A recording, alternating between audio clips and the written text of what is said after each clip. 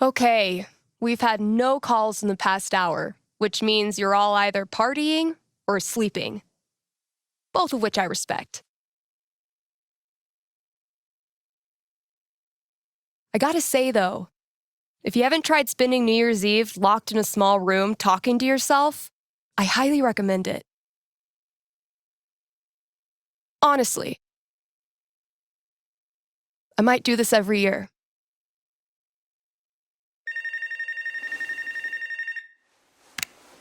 Hey there, you're live on KRCT and I'm not alone in the universe. Who's this? Hey, it's Gabe. It's everyone's favorite bartender. So, what are your resolutions and how many have you already broken? Yeah, um, I was actually hoping to get your take on one of them. Great. Let me throw in a song and then call you.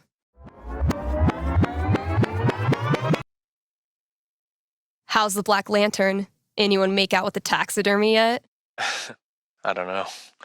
I left work so I could talk to you about something. Great. Let me throw in a song and then call you. No, I meant I called the show so I could talk to the psychic. Oh. All right. What's on your mind? There's someone in my family who might be totally alone right now. I've been thinking of reaching out to her. The thing is, it's been 7 years, and all that time I never got in touch. Why didn't you? Because I didn't have anything to offer her. That's been my excuse for ages. No, look, the truth is, I'm terrified of talking to her.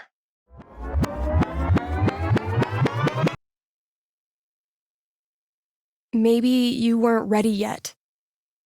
Maybe if you had, it wouldn't have helped either of you. No, look, the truth is, I'm terrified of talking to her. I don't know what she's been through. I don't even know if she's okay. I'm freaking out that she hates me, and honestly, I bet I could handle that if I knew it was coming. So, I'm calling you to ask, what's gonna happen if I contact her? What's she gonna say? You know I'm not actually psychic, right? Shh, shh, don't ruin it. Okay. Give me a second.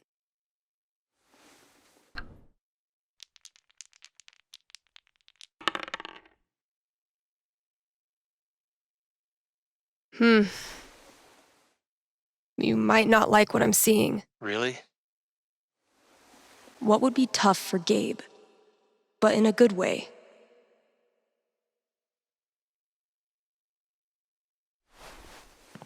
You call her up, and it goes even better than you could have imagined. In 5 minutes, you're both cracking jokes, making references, laughing your heads off. It's like no time has passed at all. Why is this bad?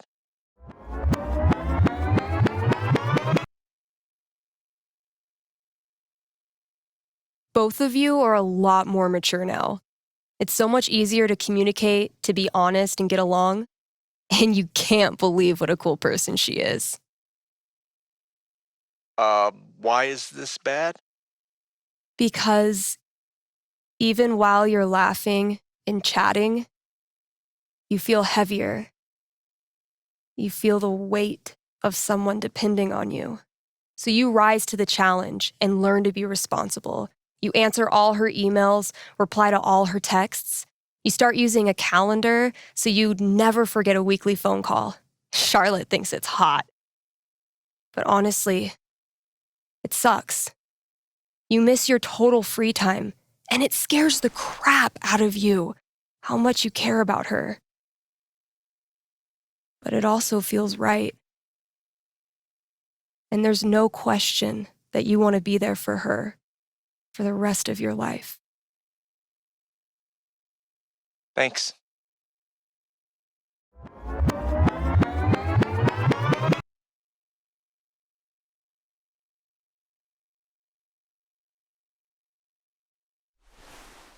You give her a call.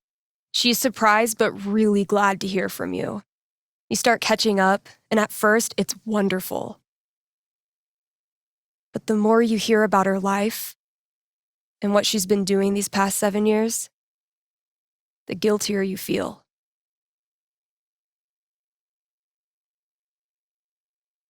You overdo it, making all kinds of promises and all kinds of plans. You know you're pressuring her to forgive you, but you can't help it. Yeah.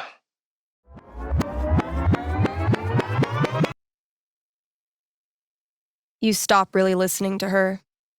You're too busy blaming yourself for every little thing she talks about. Yeah. But then, you remember what a psychic on the radio once told you. You can't make the guilt go away. Stop trying. So you focus on her needs instead of yours, and you quickly realize she doesn't give a crap about how you feel. She cares about what you do. You decide to step up and act like the big brother you should have been. You make sure talking to you is a good part of her day. You give her advice when she wants it, and shut up when she doesn't. You talk about her future, find a place for her in your life here. And one day, you look at her in her hiking boots and Colorado sweatshirt, laughing at something you did. And you realize you completely forgot to feel guilty. Thanks.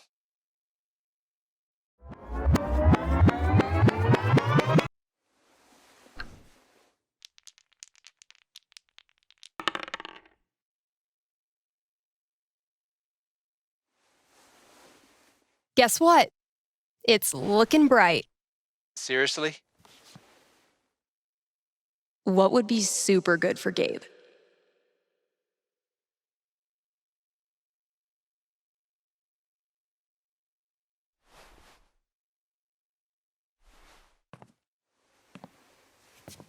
You reach out. The two of you have a really tough conversation. You talk for 2 hours. She says all the things you were afraid she would. Your absence really hurt. For years, she thought you didn't want her in your life anymore. This is supposed to be good?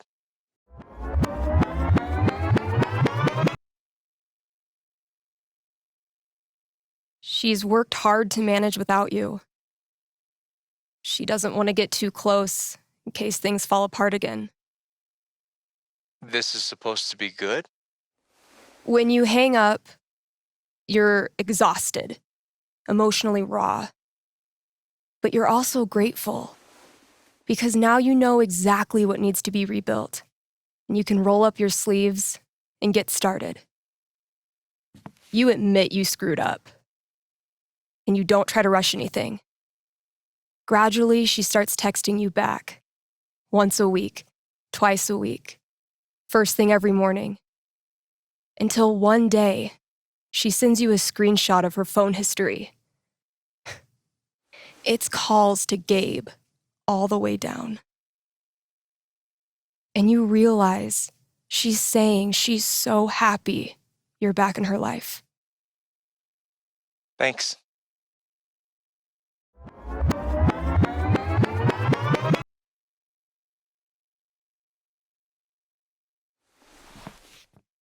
The day you call her, you're a ball of nerves.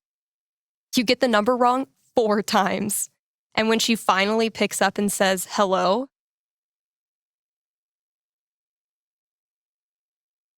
you clam up, total silence, except for your obvious breathing.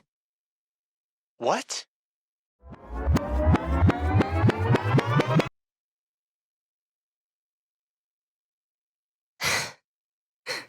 You're so terrified you pretend to be Geico. What? She blocks your number. You have to call back on a landline. But hearing her voice changed everything. Suddenly, the most important thing in the world is making sure she's okay. Now you're on a mission, and your own fears don't matter anymore. You're too busy sending her jokes and making time to hear about the worst part of her day. You're still afraid you'll screw things up. And you do. A lot. But underneath, there's a sense of security. Because now you're driven by a purpose that will always steer you back to her, no matter what happens. Thanks. Thank you for calling. How's the station? You lonely over there? Honestly, no. Things are pretty great. Okay. Then I'll see you.